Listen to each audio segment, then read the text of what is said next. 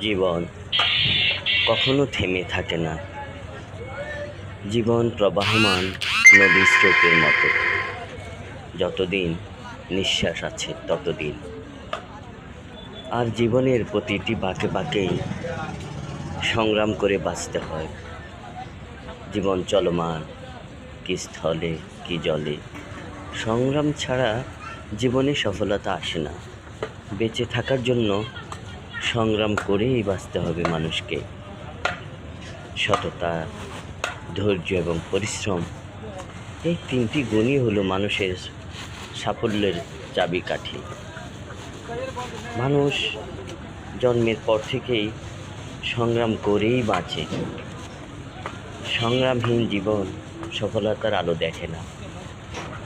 কিছু মানুষ সারা জীবন সংগ্রাম করেই জীবনকে পার করে দিতে হয়।